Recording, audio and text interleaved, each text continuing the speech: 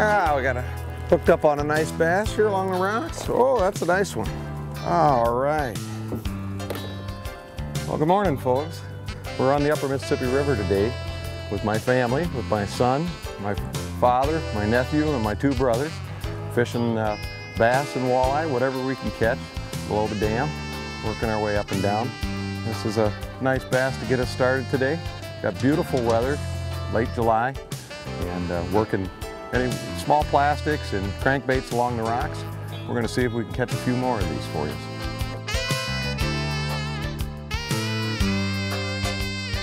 What we're fishing down here is we're fishing with a wing dam, or what we call cutoff dams. And these are man-made structures. They were put in to control the flow of current, to try and funnel the current down the main channel and cut up the amount of current running through the backwaters.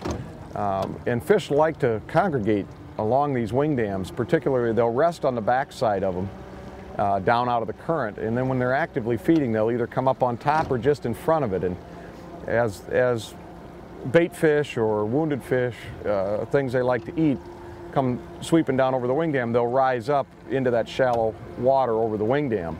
And the active fish will typically be up on top to ambush that stuff as it comes over the top. They're all along the Mississippi River, both in backwaters and out on the main. And if you know how to look for them, you'll be able to see them in the, by the riffles they create in the water. Speaking of working wing dams, looks like my nephew Eric has a nice fish on right now, trying to fight it up against the current.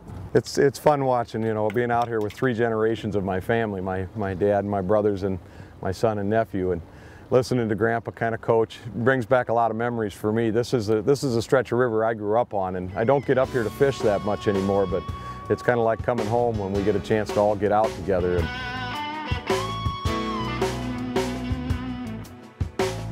Well, we got another bass on here and bringing it up. Caught it with another tube. Pretty good size one too. Oh, come here. Nice job, Jeff. Look at the nice color on that fish. That's a very healthy fish. Yeah, Jeffrey's hooked up again. You've got the right combination there. Oh, this is your spot. Why am I catching all your fish here? That's just because the operator's putting you in the right spot all the time. That's what you think anyway. Oh, come here. I darn near swallowed that one. I think you've got the right color on today, Jeff. Yeah, I do. I'm using a purple and red here gulp tube. You know you dialed in on a color when you can get the bass to actually eat the bait in whole. This one was actually all the way down in his throat there. Just a little purple tube with some blue specks on it.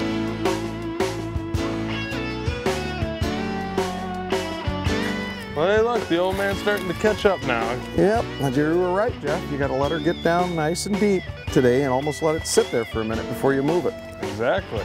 Not quite as big as my son's, but he's teaching me a lesson today. So, about time I did too. Yeah, another nice largemouth. Mostly all largemouth here today. Sometimes you'll catch smallmouth here, sometimes largemouth, stripers. Just depends on what's actively feeding.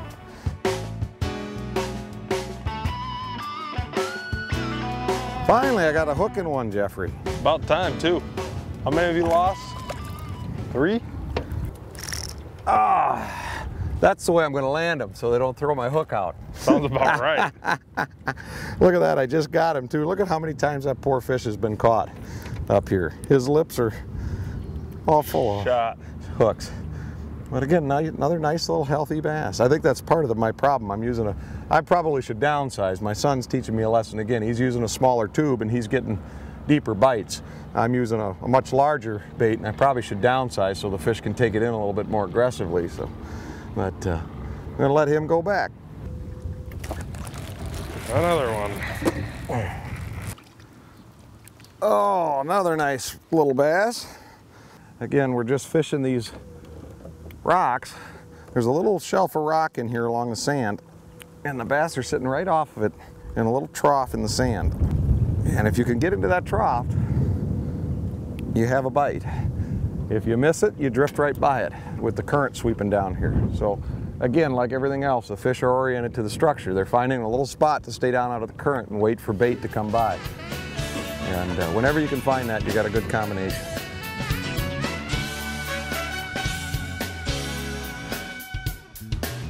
Yeah, finally hooked up on my first smallmouth for the day. Boy, them little buggers tug. Woo! There we go. Nice Mississippi smallmouth. 3 Willgings and 3 fish on. We got a bass, and a catfish. As I said, you never know what you're going to pull up in the river. But one thing's for sure, you'll never find out if you don't drop a line in. Well, that's why we love doing it. It's a great end to a great day of fishing on the Mississippi River. Nothing better than fishing with your family. See my dad and my nephew and my brother all hooked up. Had a great day of fishing out here. So for George Willging, Andy, Joe, my son Jeff, and my nephew Eric, this is Paul Willging. Midwest Outdoors will be right back.